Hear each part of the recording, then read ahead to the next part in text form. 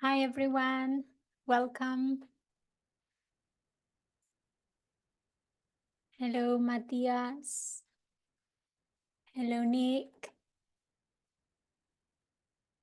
Hello, Viola, Samantha. Hello, Gregorio from Zaragoza. Alex. Okay, numbers are increasing. That's always a good sign. Can I check that technology is working, that you can hear me okay, that you can see the slides, and that you can see me on screen as well? That's the least important one, of course.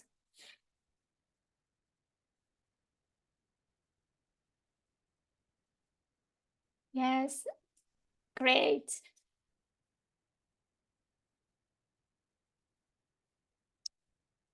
Okay, if you can hear me, well, I am speaking, so if you can't hear me, everything seems okay for the rest. So maybe you want to disconnect and connect again.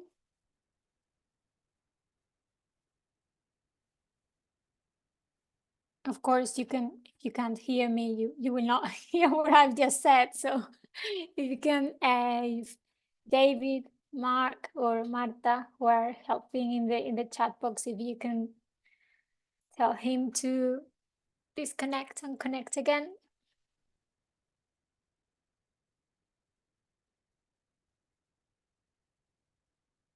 Nick, you should be able to see me. If you cannot see me, well, I mean, as long as you can see the slides, I think that's the most important thing.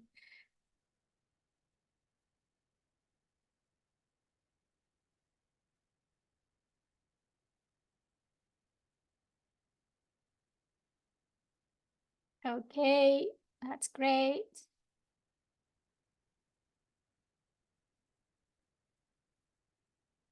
Great. So I can see people from Italy, Puente Alvilla, France, Uruguay, wow. Seville, Murcia, Costa Rica, Mexico, Córdoba, Guadalajara, Mexico, Germany, Ecuador, Switzerland. Wow, lots of people from many different places.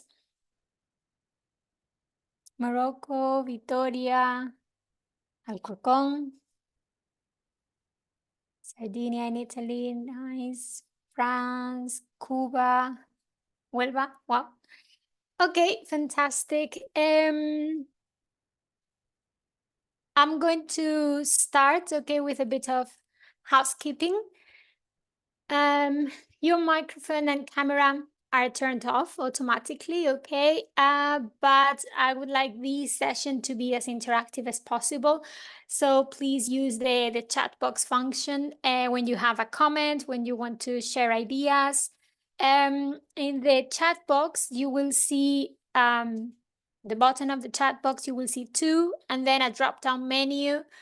If you can select everyone, so everyone can benefit from your ideas, from your comments, that would be great. This is a teaching learning situation, and what we all have in common, coming from so many different places, is that we all speak English.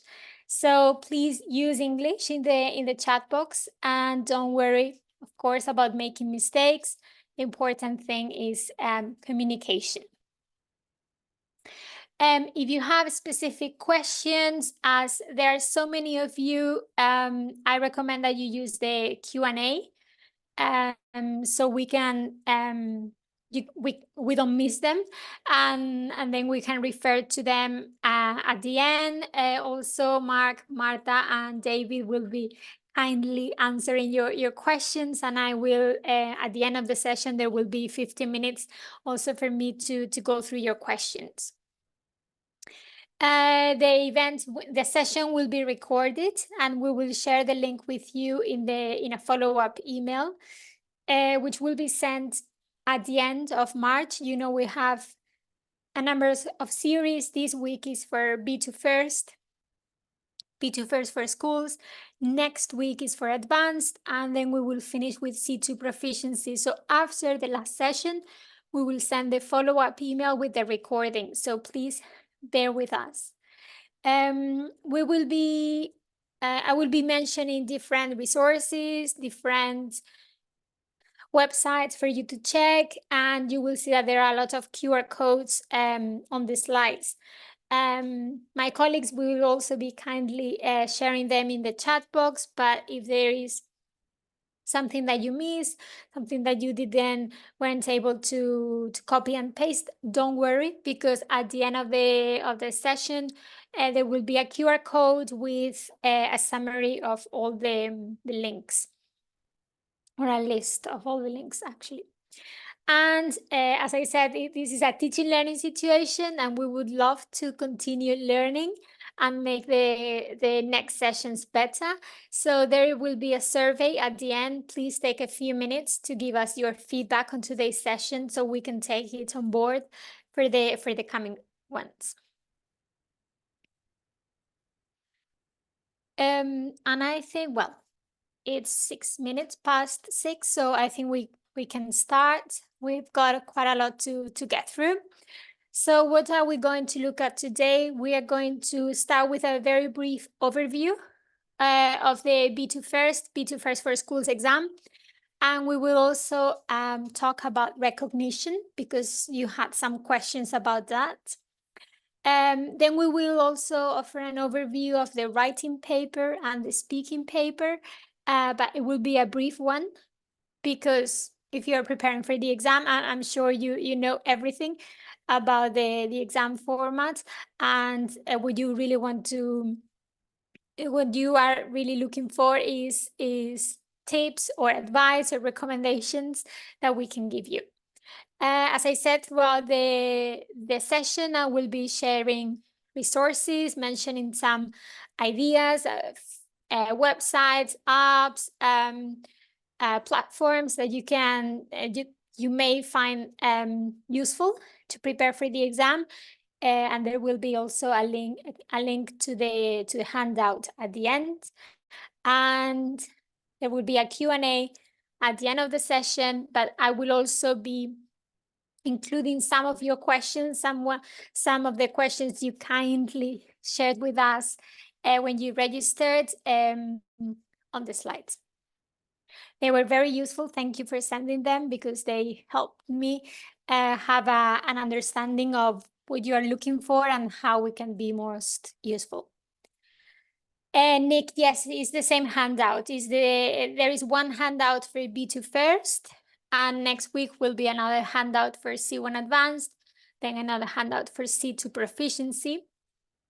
So there is one handout per level. Okay, so we're going to start with a question for you. What is the most challenging part for you in the exam? On Tuesday, we talked about reading and use of English and listening as well. Today, we are going to go through speaking and writing. So if you can answer this poll for us, and you can tell us the most challenging parts, you can click, if I'm not wrong, you can click on the ball and let us know. And I see that you are also writing your ideas in the chat box: speaking, writing, listening, speaking. A bit of everything, it seems.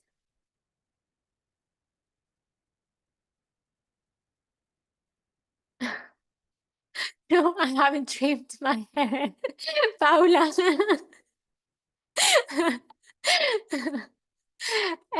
Speaking, writing, and reading.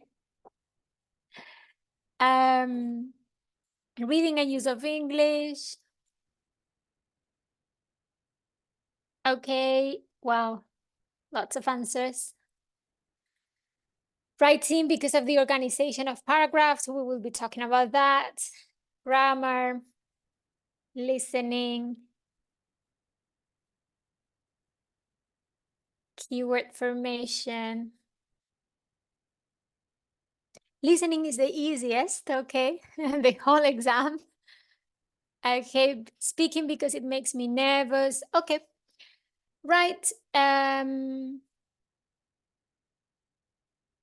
Okay, that's good. Well, hopefully we shared some ideas for you, for those of you who find reading and use of English list and or listening difficult. We shared some ideas that are useful for you and which may have helped you.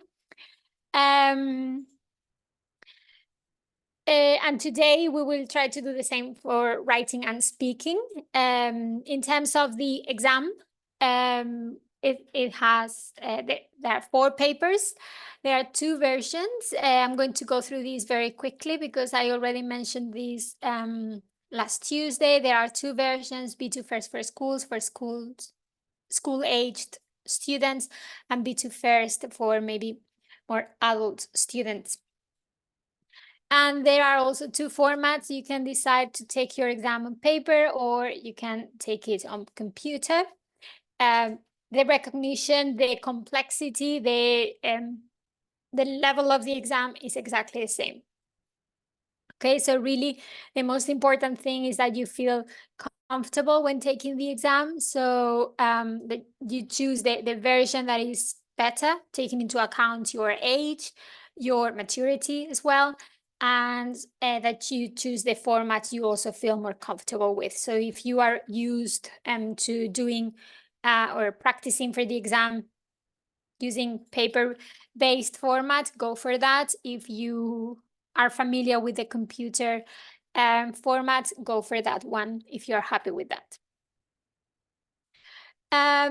Okay, something to mention before we move on, especially because we are covering today the writing, is that in the past there was one of the options for part 2 was a set text option. Okay, and this was removed last January, which means that you will not be able to choose it anymore.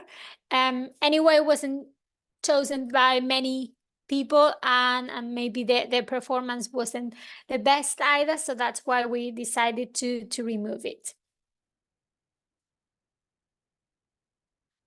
Right.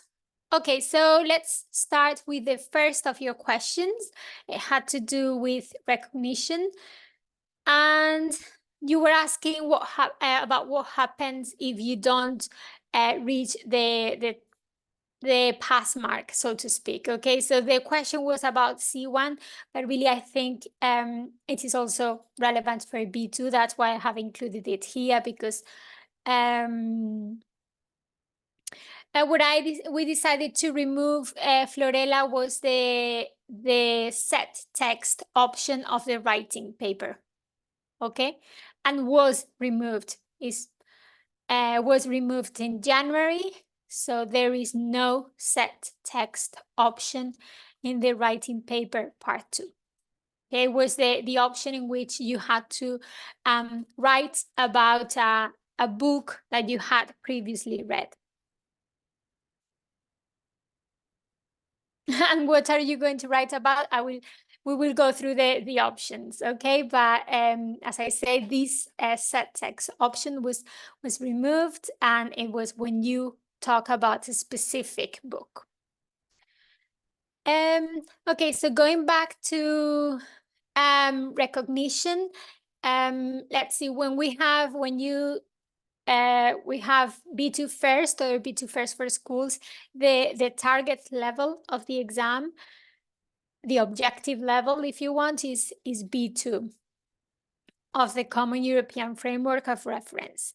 So if students achieve or get a score between 160 and 179, they will show ability at B2 level, okay?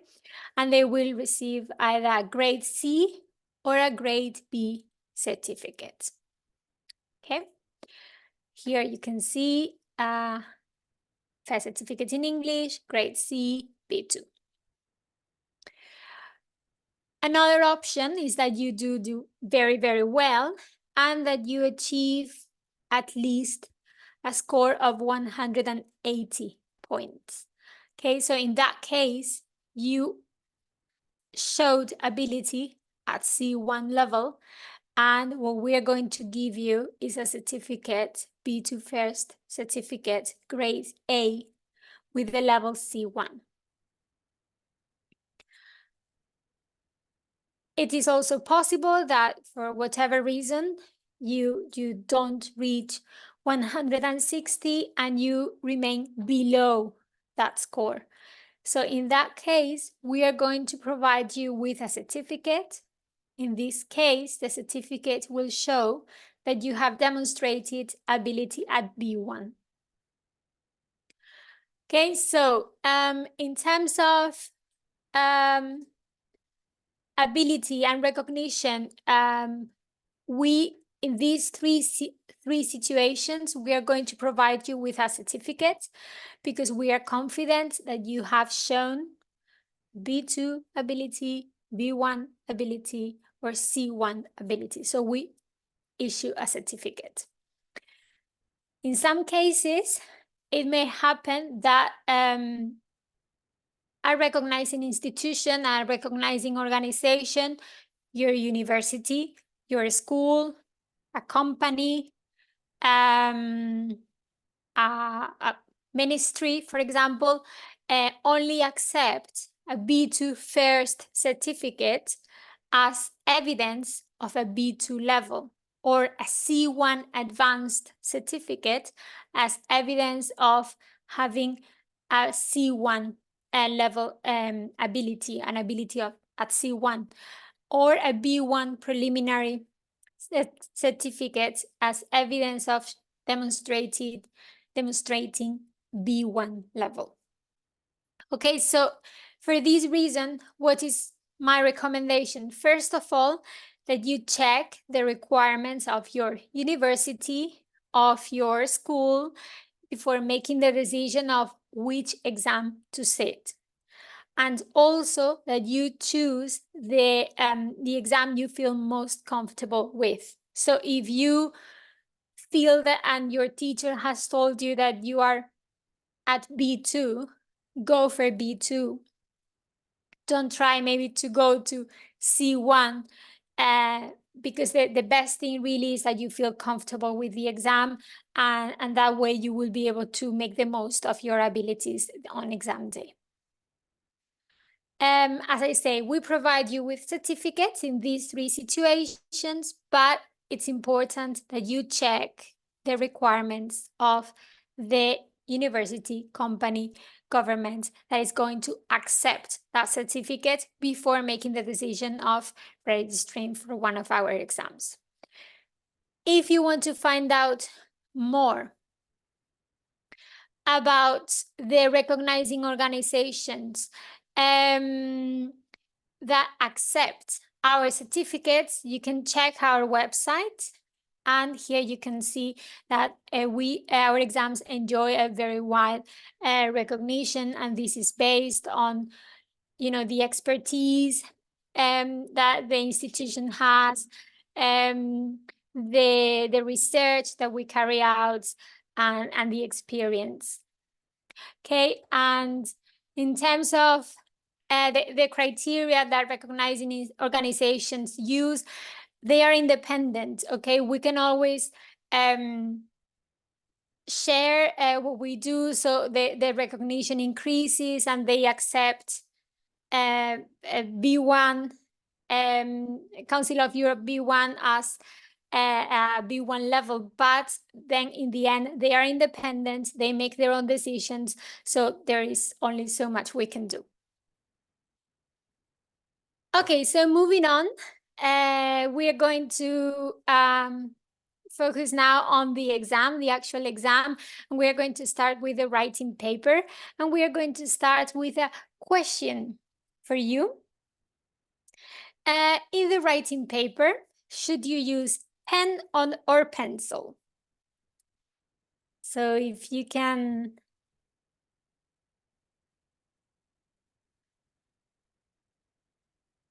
tell me, you can click on the poll.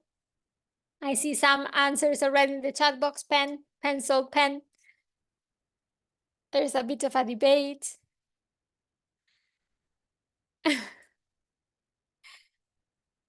Well, Eduardo, no problem. If they want to use the chat, that's also useful. I can read while you are answering the poll, no problem. Okay. Pen, pencil, pen only for writing.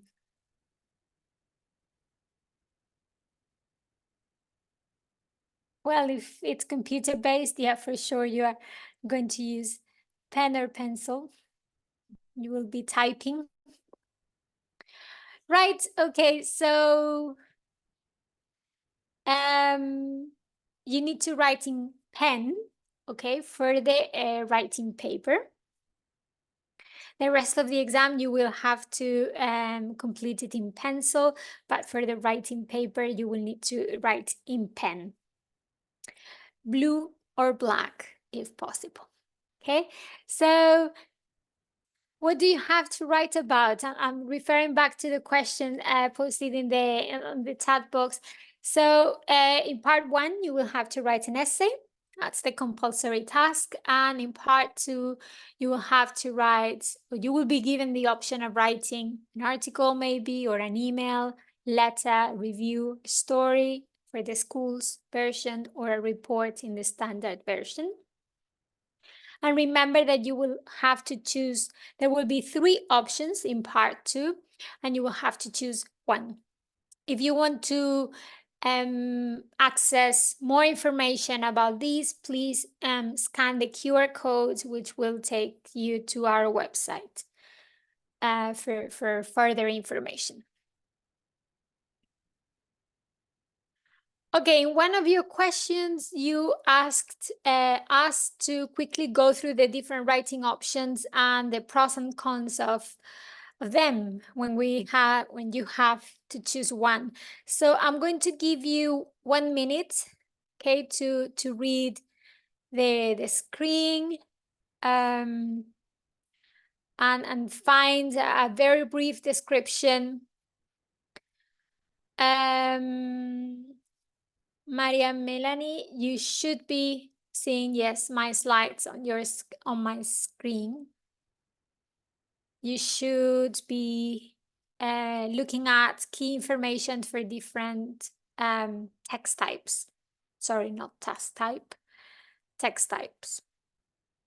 If you cannot see the slides, maybe disconnect and connect again, because maybe something is not wrong with your connection.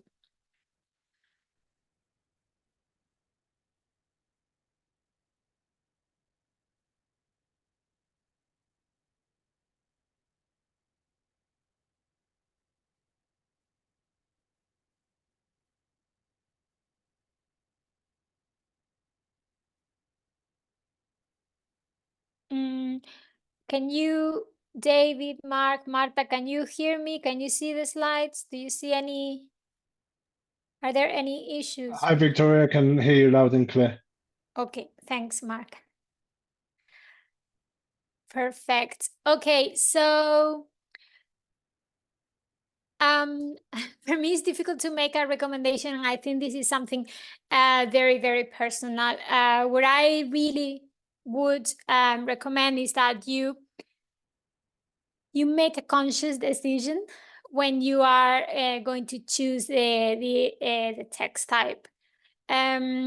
Each text type is different, has its own features.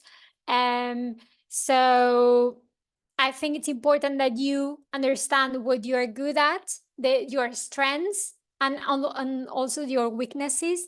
And this is by, I think, writing, receiving feedback, also understanding how you feel when you are writing a certain text type.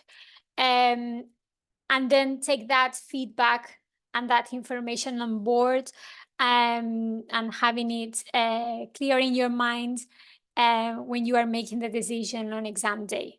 Okay, it is true that, for instance, maybe a lot of, or quite a number of candidates can go for the story option, thinking that well, they've been doing it in previous levels, for example, in B1 preliminary, and they go for that, thinking that maybe it's easier, but it also has its challenges when it comes to having a clear storyline, when it comes to using different tenses. So it's important that you are aware of that, for example. Then maybe if you are good at organizing texts and ideas, but you're not very creative, maybe a report is a good option for you. I remember it was a good option for me. I'm not very creative.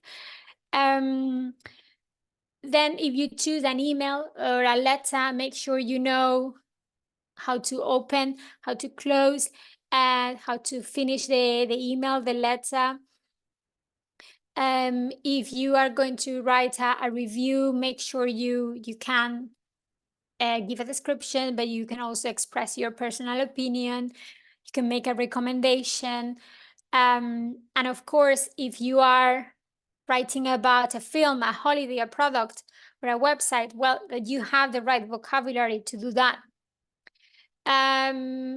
Articles, I think they are great. They also have their own challenges.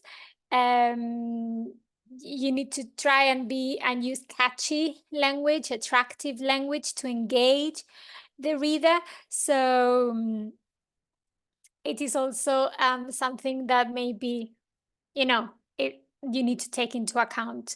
So I cannot make a recommendation because it would be my personal recommendation. I think it's something that you really need to think about and choose. I would say that you need to be comfortable with at least 2 or 3 text types, because one thing is the text type, the other thing is the topic of the text. So maybe you feel very comfortable writing articles, but the topic is difficult for you, so you may go for another option. So that's my recommendation, really, to become familiar with or to know well your strengths and your weaknesses, to become familiar with at least 2 text types, and choose wisely, thinking about text type and topic. And this part 2, you have 3 options and you have to choose one. Okay, so this is what the writing paper looks like. Okay, part 1, part 2 with your 3 options. And now we have a number of questions, right? I'm going to give you again 1 minute to read them. 1 hour and 20 minutes. Yes, Pablo, that's right. Too long? Well, I guess it depends on who you ask. Right, so as you can see, the questions had to do with ideas, using clear language. Also, you were in doubt about formal, informal, register, the number of paragraphs, and common mistakes. So I'm going to start with the last question about strengths, weaknesses. And well, I'm showing here 2 different data sets. One is coming from us, okay, based on the scripts that candidates have produced, on the writing that candidates have been producing, and what we see when we analyze them, okay. What we see is that one of the main strengths is content, and the main challenges appear in language, maybe having an effect on communicative achievement, and also organization. And then the other data set is, the other graph is based on my PhD research, and it was carried out in Spain, in Jaén, where I'm from. And what you can see here is that students were most concerned with language. They were also finding difficulty with coming up with ideas and with organization. Okay, so in terms of the content, well, I think what the results coming from us show is that you may perceive it as a challenge, as a difficulty, but really it's one of your strengths. So maybe this has to do with the design of the exam task. We try to give you a lot of information, a lot of input, so you have plenty to use in the writing task and produce a successful writing task in terms of content. So maybe it comes to your confidence. So please rest assured that you have enough ideas that you can write. You have enough ideas to write a good writing task. Then let's think about the other aspects, okay, and also about content with some ideas. Okay, so how can you approach the task? How can you approach the task so we try and solve the problems with content, with organization, with language? Well, the pre-writing, important that you spend some time planning. Okay, many people may think, I don't have the time to plan, I just prefer to start writing. Well, if you spend 5 minutes planning, 10 minutes planning, I think it's time well spent, because it will give you the opportunity to think about who will read the text. So the person you are writing to, why you're writing, so your reason, your purpose for writing, and any aspect that you have to take into account before starting to write. So am I writing to my teacher? Am I writing to a friend? How does this influence the type of language that I'm going to use? And also it's time for you to brainstorm, come up with ideas, decide which ones you're going to use, and organize them well, okay, into paragraphs. Once you've done that, as I say, like, it doesn't have to be very long. Then you can go on and write and think about your main ideas. What are the main ideas that you want to develop? If you have developed them well, we are going to look at that in a minute. And if your ideas are simple, complex, ideally we would have a combination of both. And then the last minutes should be devoted to reviewing, okay, trying to make sure that you've used a variety of vocabulary and grammar, that you're not always repeating the same, that you have completed all the different task requirements, that you have covered all the points, that you're not repeating ideas, that you're not repeating words. And if you've missed this S, or if you find that you need a comma here or there, that you have the time, it's your moment to go through the writing, your piece of writing, and correct those mistakes. And no, you cannot use Tipex. So you can cross out as neatly as possible, but you cannot use Tipex. Okay, so thinking about the task requirements, as I said, there is a lot of information for you in the tasks, for you to have a clear idea of what you have to write about, and also to start writing. So the first block of information has to do with word count. You have to write between 140 to 190 words. If you write fewer words, you need to think if you have covered all the content points. if you have developed your ideas well enough.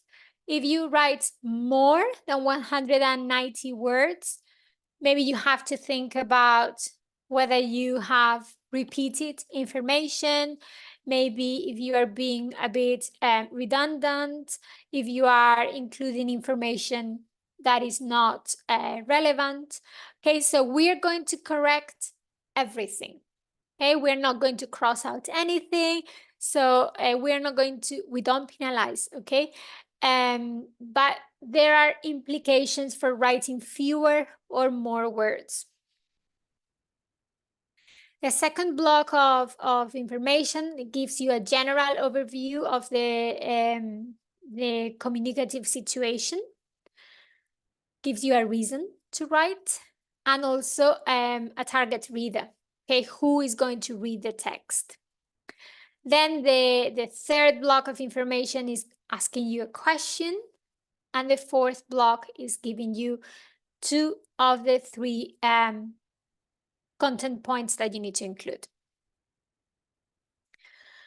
Alvaro, no, we don't count the number of words. Everything is about communication. So it's a matter of how you communicate. If you have developed your ideas well enough, if you are being redundant, if you are repeating, if you are including information that shouldn't be there. Okay, but really it's all about communication. Okay, so in terms of how to structure an essay, well, a simple approach to this could be maybe, yes, Joshua, well done.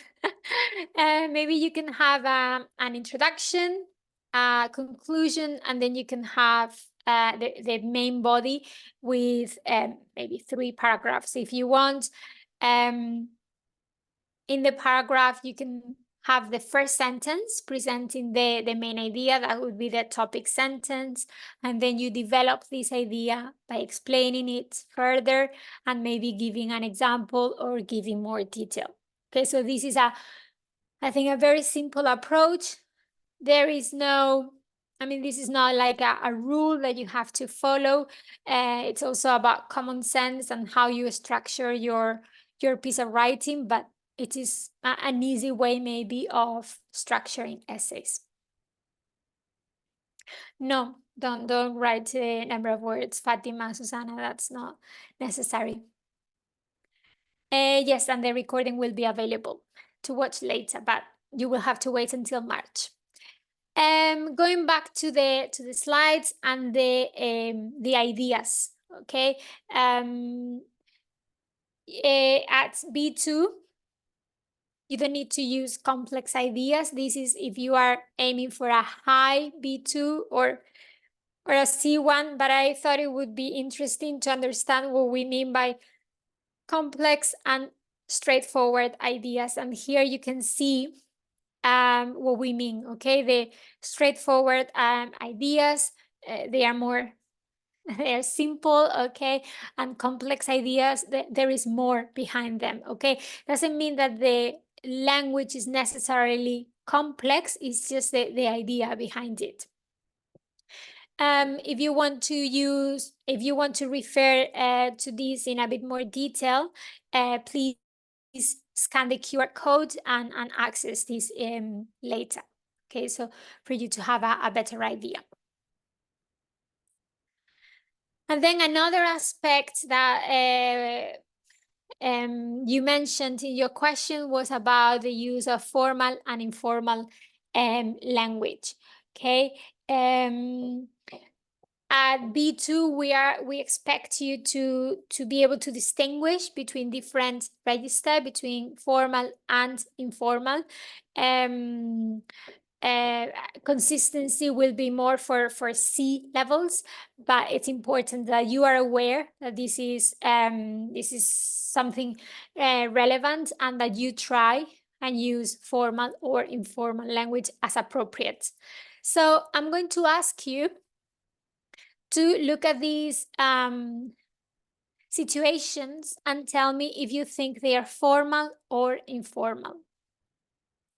So if you maybe can write formal and you write C, F, and B, or informal, I don't know, in the chat box.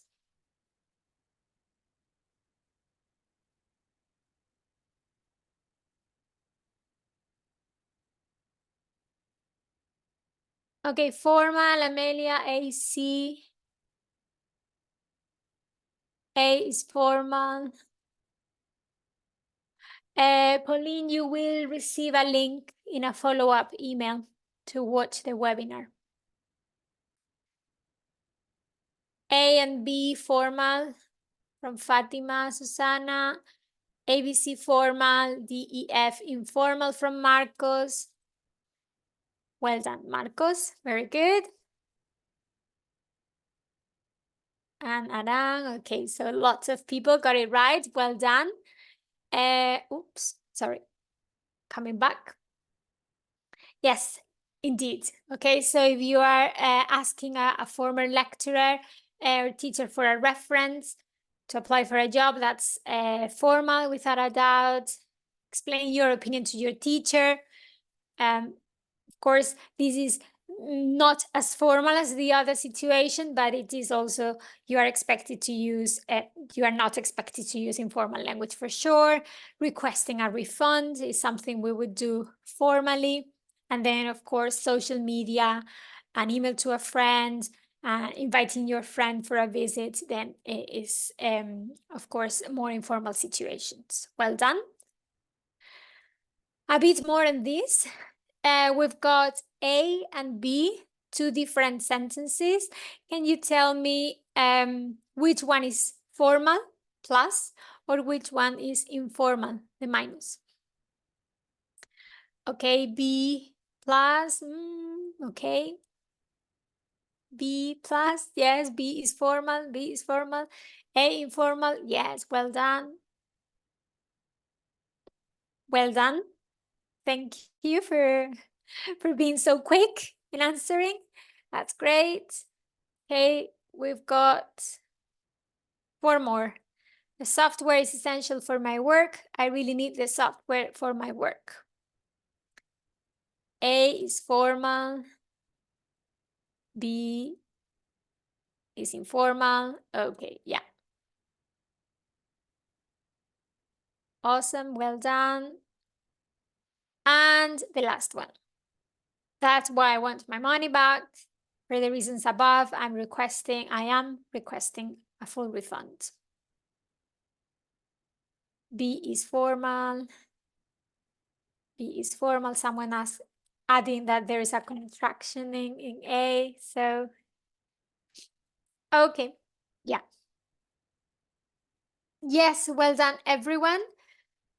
So, as you mentioned in the chat box, how can you tell if some language is formal or informal? Well, we tend to use the full form. We don't use contractions when we are using formal language. We tend to be also less direct, okay, when we are using formal language as well. Words such as really, which are more often used in spoken language, are also considered more informal. Then we have words such as request, refund, essential, which are maybe less frequent because we are more used to informal language. Then they are also considered more formal. And then the use of more complex linking devices can also give you an idea of the formality of the language that you are using. Okay, so just some very brief hints or clues that may give you an idea of whether the language you're using is formal or informal. Right, still talking about language, I'm thinking here about the more frequent, less common vocabulary, and also the idea of the control and the flexibility in the language. Here you have an example of what we mean, okay? So when we are considering the language, we are looking at the variety of the language that you are using, and also how flexibly, how accurately you are using it. Okay, so Anna, you don't lose points if you exceed the number of words. Okay, it's just if you are repetitive, if you are maybe using irrelevant information, that's when maybe your text isn't as clear. Okay, and that may have an impact on, for example, communicative achievement. Okay, but we don't count the words and penalize you for that. We don't penalize, we use positive marking as well. Okay, so this leads us to the question, what are we looking for in a piece of writing? And well, no surprises here, I'm sure, because we have talked about content, we've talked about the communication, okay, the communicative achievement, okay, how well you communicate your ideas, organization, and language. Okay, so these are the assessment criteria. This is what examiners use, sorry.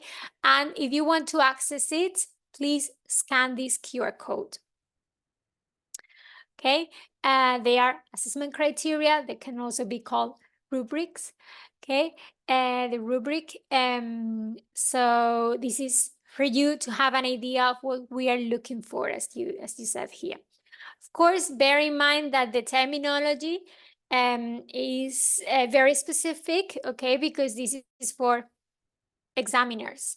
So if you find it difficult to understand what we mean with these assessment criteria, you can use the success criteria, which is the same information, but adapted, okay, for students, for learners. You can access it through this QR code. And it's something that you can use when you are carrying out self-assessment. And then you can also check our guides for writing, which will explain what we mean by target reader, relevance, and so on. And then, of course, we also have another checklist for you. So as you can see, there is plenty for you to become familiar with the assessment criteria.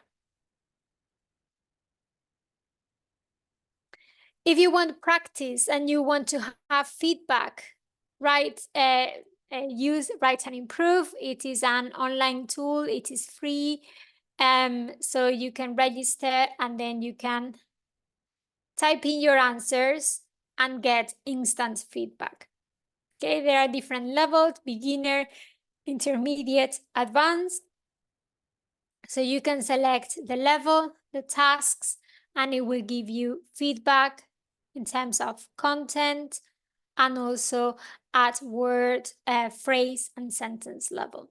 So it is nice, it is useful, and it's something that you can use to have this extra practice that you may need. And it will show you how well you've done and will give you the feedback so you can take it on board and write a second draft. It's free, yes.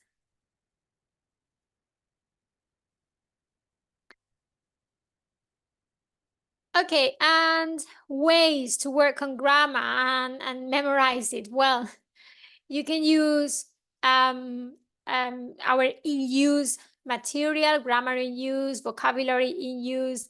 You have the explanation, the more guided practice.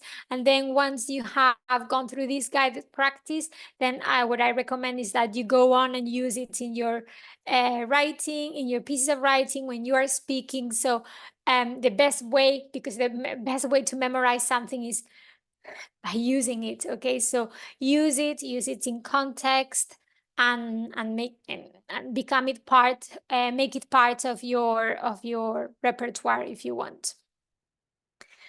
Vocabulary at B2 or above. We've got our section on our website where you can click vocabulary, the level, the time, and get some practice. You can also get an idea of the level using the English vocabulary profile, which will tell you what level specific words are.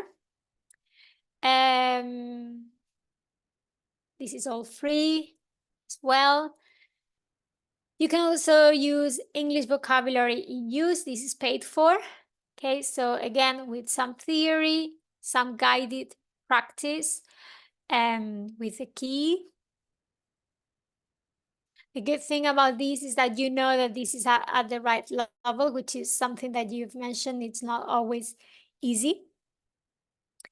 Manuel, this book is available, yes, on digitally, yes. And how can we demonstrate the vocabulary that we know, a wide range of vocabulary, a wide variety of vocabulary? By rephrasing, trying to say things in a different way, by trying to use synonyms, antonyms as well. And as I say, by trying to use all the vocabulary, all the grammar that you know. Aim high, okay? Even if you are not 100% sure that this is the right way of saying something, give it a try. Aim high, because we also give you credit for trying, okay? For trying to use a more complex vocabulary, more complex grammar. Moving on to speaking. Okay, I'm conscious of time. We are a bit behind, but okay. Let's try to catch up. Okay, so speaking, 4 parts, about 14 minutes, 2 candidates, 2 examiners, okay, which allows for interaction with the examiner and interaction with our partner, okay, different types of interaction. If you want to know more, please scan the QR code.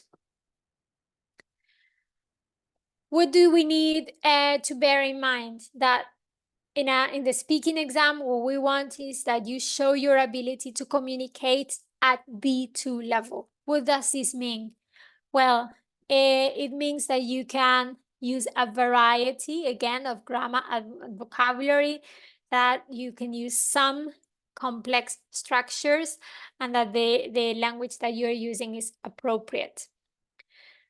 In terms of discourse management, that you don't repeat your ideas, that the ideas are relevant, you're not speaking about something else, and that you are also using a variety of cohesive devices, these linkers, pronouns, and so on.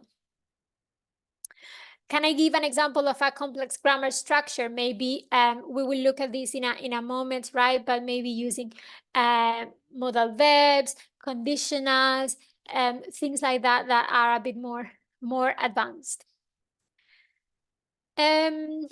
Also, in terms of interaction, initiating and responding, that you are initiating the conversation, that you are responding as well to your partner's ideas, that you don't need a lot of support. You can always ask for repetition. I think we all do that, even in our mother tongue.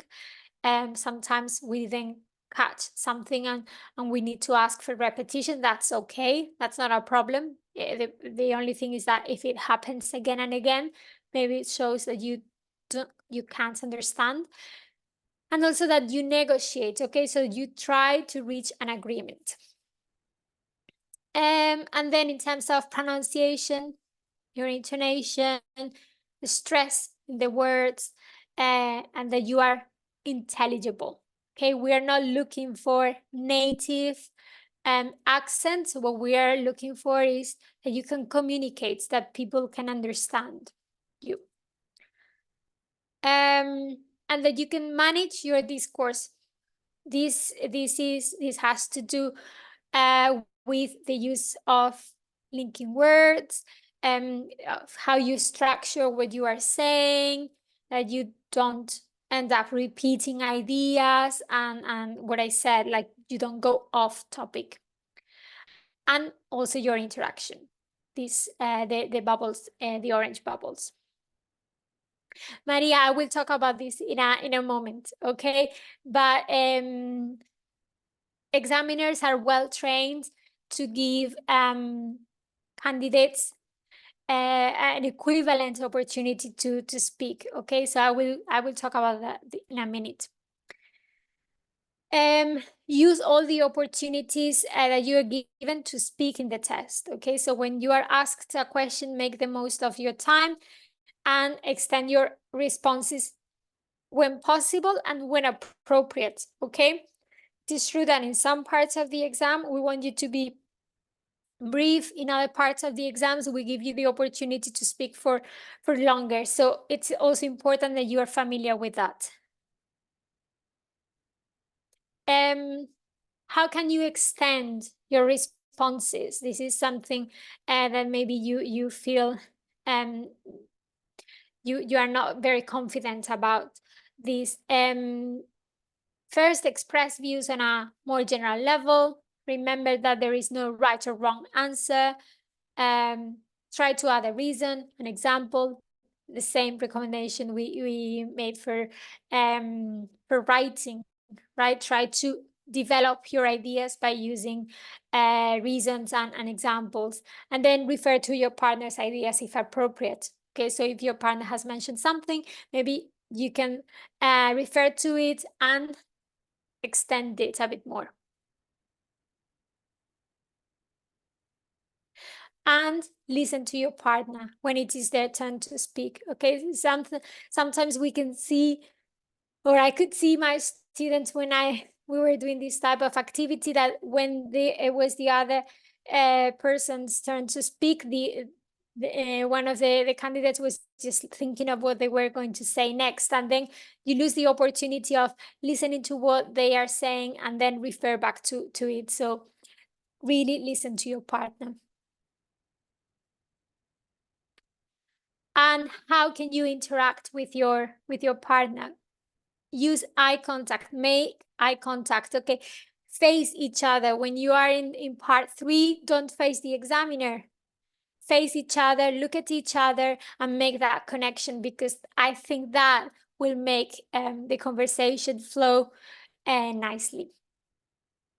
And discuss the ideas together, not in turns. Okay, so again, listen to what they are saying, try to refer to that, and react to what they have been saying. Make sure you are taking turns, that you are not dominating the conversation. Okay, because if you do dominate, then you are not interacting, which is what we want in this part of the exam. We want to see how you are able to interact with your partner. Okay, so make sure you are giving your partner opportunities to speak. Respond. If your partner has asked you for your opinion, make sure you respond before you move on to talk about something else. As I said, refer back to your partner's ideas, trying to expand them a bit more. And always, when you have finished mentioning what you wanted to mention, prompt your partner to take over. Okay, so what do you think? What's your view? Do you agree? Or something like that. Some of the language that you may need to use in the speaking part 3. Functional language to express agreement, disagreement, to add information, to express contrast, to ask for someone's opinion. Also to negotiate for an outcome. Okay, so if you have different opinions, I'm not sure I agree, I see what you mean, but okay, so be familiar and make sure you know how to use different expressions to carry out these functions. And of course, different adjectives to describe situations, feelings, attitudes. These are always useful. And now we've got some of your questions. I see that you were asking about partners, and this is something that you need to check with your exam center. In some cases, You may be able to go with, if you are in a school, you may be able to go with your partner, someone you have been working with throughout the course, for example. But in some other cases, if you are just registering for the exam and you don't know anyone, then the exam center will assign a partner. Okay, so what happens if you speak for less, or you don't go, you don't cover all the minutes or the time that you have been allotted? Well, first of all, remember that it's all about positive marking. Okay, so we will mark what you produce. Of course, try to speak for as long as you can. Wait until the examiner says thank you. Try to show the English you know, the variety, the complexity, the accuracy. Okay, this is really the important part. And also practice so you know how long 1 minute or 2 minutes feel. Okay, because it is true that it may feel like it's 1 hour and it's only 1 minute, but sometimes it goes by very, very quickly. So make sure you practice. And this is some of the questions. The has to do with some of the questions I've seen in the chat. So what happens if my partner gets stuck and fails to speak? How do you assess shy students? Well, first thing, you have to know that our examiners are trained for situations where one candidate is stronger or weaker. Okay, we understand that it's a stressful situation. You are in an exam situation. So we have that, we bear that in mind, and they are trained to give students the same opportunities to speak. So if one student has been maybe talking for longer in the speaking part 3, we try to balance it up in part 4. And if we always try to encourage the students to speak, but it's important also that you understand that examiners can only assess what you show them in the exam. So please try to speak as much as possible. Try to show all the English you know. And something that I think is important is that you increase your confidence. You have mentioned that speaking makes you nervous. We understand that, but it's important that you try to increase your confidence. First, by understanding the task. Okay, understanding what you need to do in the task, and to become familiar with the exam format. Okay, so what are the elements of the exam situation? Number of examiners, number of candidates, the timing. How can you become familiar with the format? Check our videos, which are available on YouTube, and show a real exam situation. And then practice. And take advantage of self-assessment and peer assessment. We've got sample papers available on our website. Here you can see the type of questions that you will get asked in part 1. Make sure you are familiar with them so you know what to expect. Not because we want you to memorize them. That's not the point. We want you to produce natural language, and memorizing is really not a good idea, but just because we want you to be familiar so you know what to expect. Refer back to the assessment criteria, the success criteria.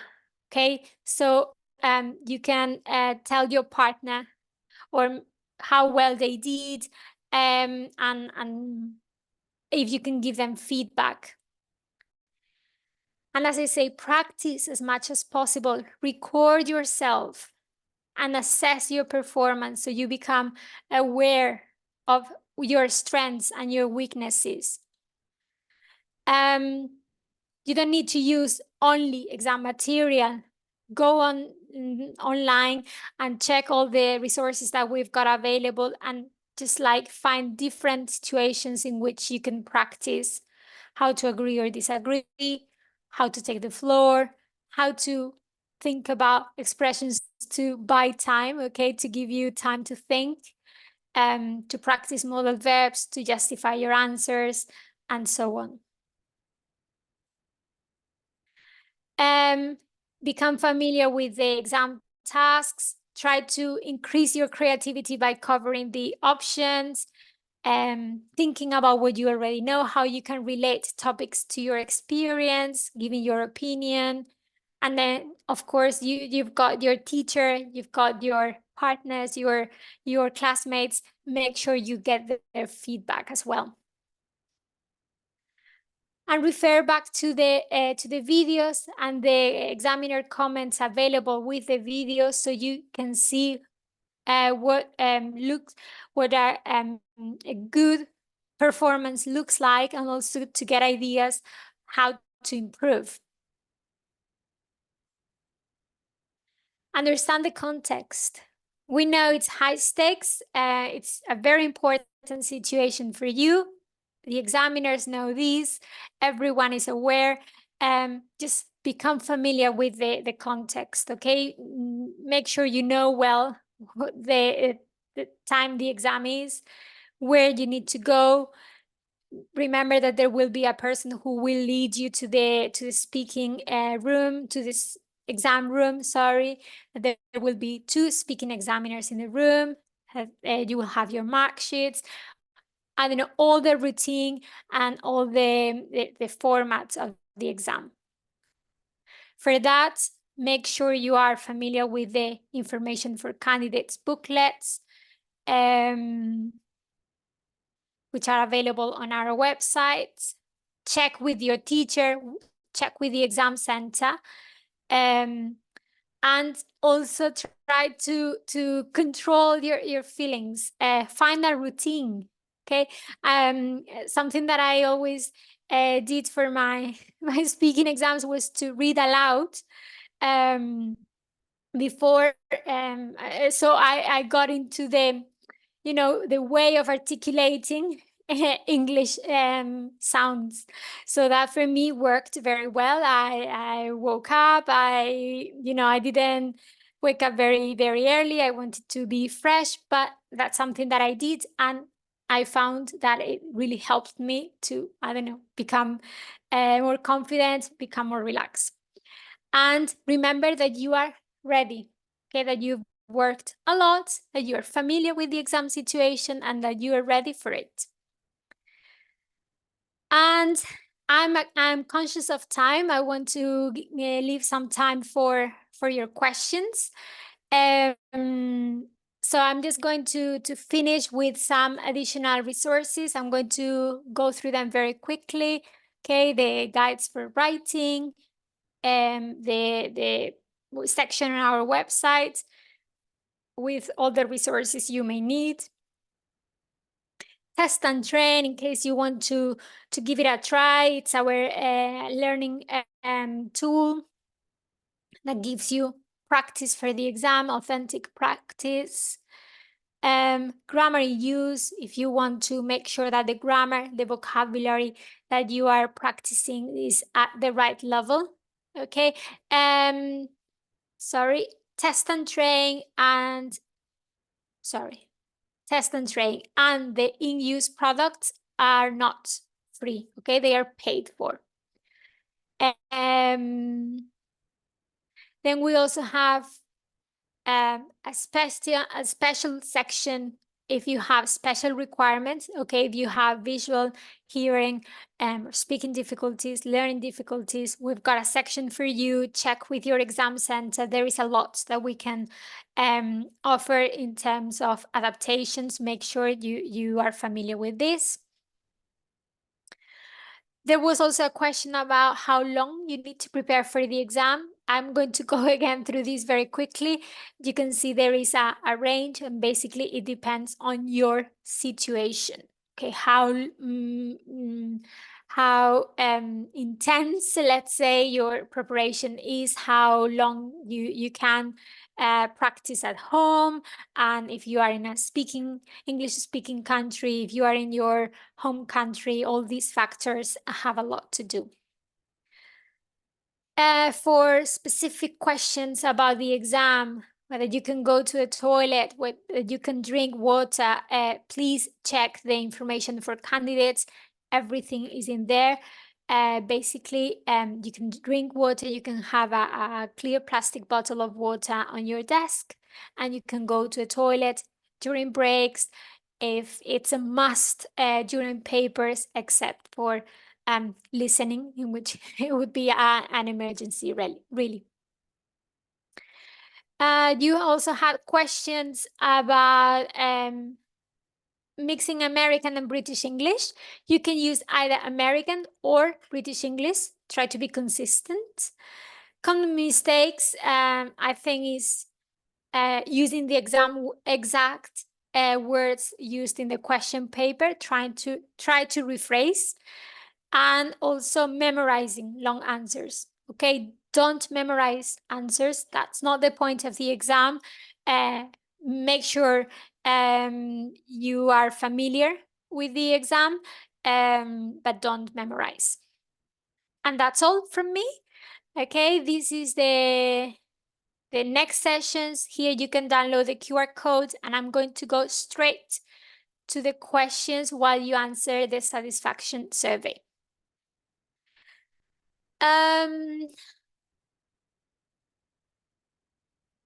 Okay, sample papers, they are available, Nancy Maria, on our website.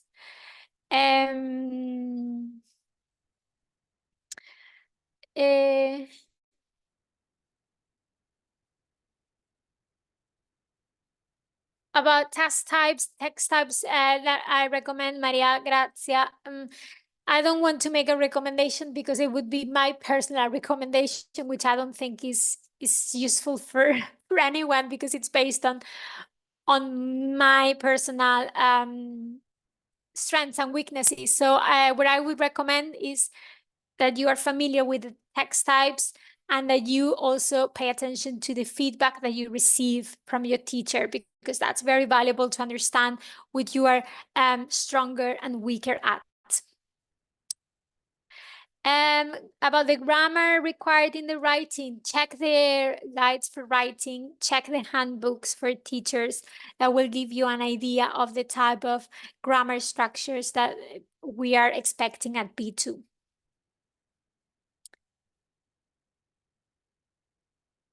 I already mentioned that you may be able to choose your speaking partner if you have been studying at school, and you have been practicing with them. This is something that you can ask for, but if you are an individual candidate registering for the exam, then you will be assigned a partner.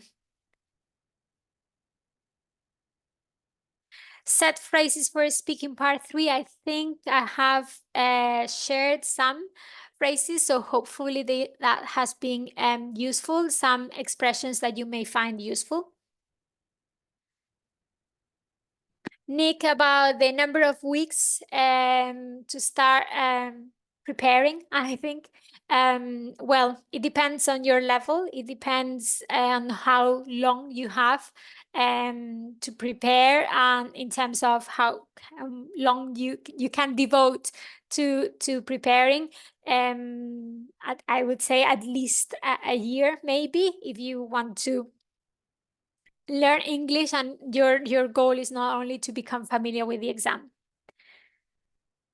Registration is available on our website, so please check our website, and you will find a section for registering. Hopefully I've answered the question about being more confident.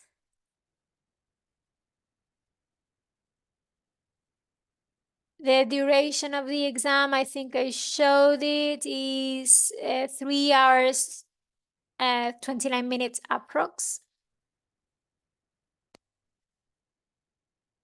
And accents is not that relevant. The most important thing is, that you are intelligible, that you can be understood. We are not looking for native accents, okay? It's just that you can communicate, that you are intelligible.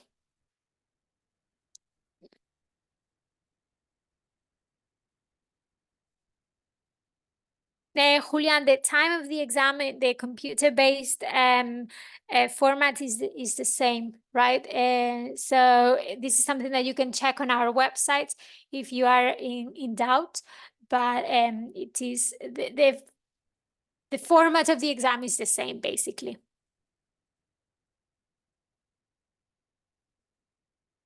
The in-use books are available in digital version. Yes, Natalia?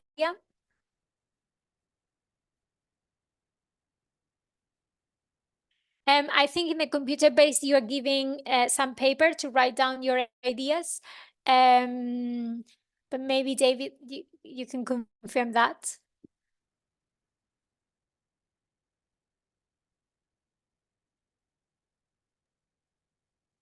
Sorry, yes, for the speaking part, you're still given a piece of paper. And for the writing? For the writing part, not the speaking part. Mm. Sorry, for the speaking part, you're not given paper. Mm. What you do need to remember is that the teacher or the invigilator will collect that paper at the end of the test. You won't be able to take it with you. You're given it for the test, and then it's taken away at the end of the test. Mm. Adilene, apologies if I'm not pronouncing your name well. You say a link to practice speaking for free. I don't think I've shared any link to practice speaking for free. I shared Write and Improve, which is for writing. And for speaking, what I say is that you can record yourselves, like using your phone. Voice Spice, I think it's another app that you can use, and that way you can listen to yourself afterwards and self-assess your performance.